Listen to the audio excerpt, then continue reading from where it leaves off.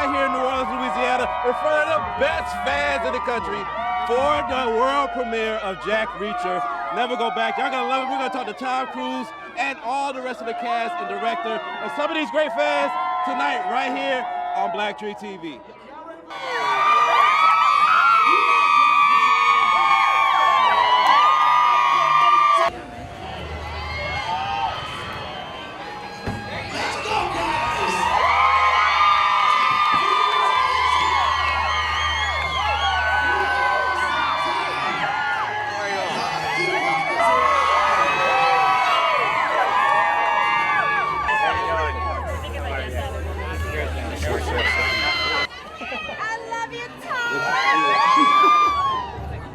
Hi, Tom. Good to see you again. Good seeing you again, man. Everybody always talks about your stunts and all those amazing things you do, but what I'm almost more amazed by is your dedication to the fans. You go sign all the autographs, you talk to all the press.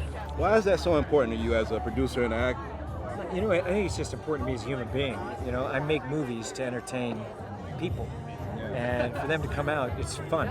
You know, we shot the movie here. I want to share it with them.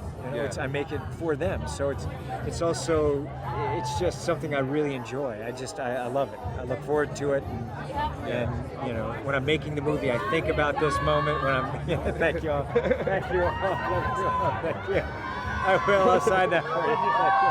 Thank you all. Thank you. And this Jack Reacher, Never Go Back. If this is a time in your life, a stunt or a place that you never want to go back to, what would it be? That's a good question. You know, I really don't know. You know, I think you know, there's some things that I'm glad I lived through when I'm doing it. You know what I mean? That A400. You know, I'm glad I lived through that experience. That was, you know, that was but still, it's pretty exhilarating. All right. And we're on.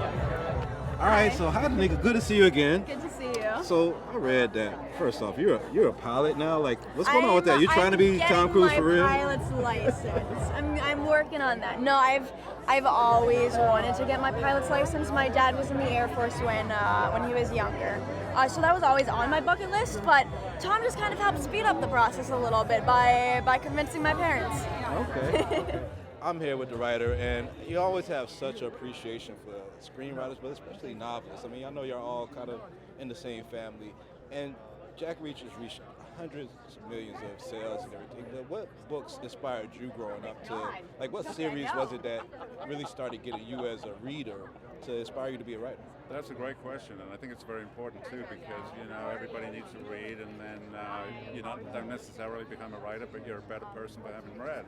And I started with all the regular kids' books. You know, there is no kind of secret magic formula to this. Just read, read, read.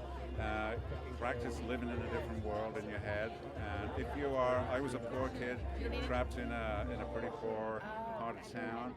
And yet I travel all through the world in my head because of reading. And that's something that is free, and it is exciting, and everybody can do it. Do you, with the different change in technology where people are doing iPads and e-readers, does it change anything for you as an author when people are incorporating reading and different methods now? In principle, it doesn't make any difference. You know, it's about the story. And you could hire Scarlett Johansson to go around and whisper it in somebody's ear, and it's still the story. You know, the method of delivery is not really important, as long as it is sustainable. And you know, what would really be a drag is if you were reading electronically and the battery went out, just in the exciting part.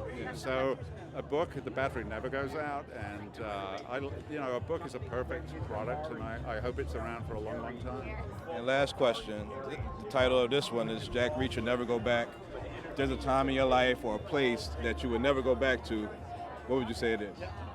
That's another good question. I think it's not so much a place, it's more like a place and a time, a situation. In my old job, I was fired from my old job, and that whole process was very unpleasant. It's something that I'm sure a million people have shared. It's not your fault. You've worked hard and you've worked loyal, and you get nothing in return. And that kind of a feeling is, I think, shared by all of us, and certainly we would not want to go back there.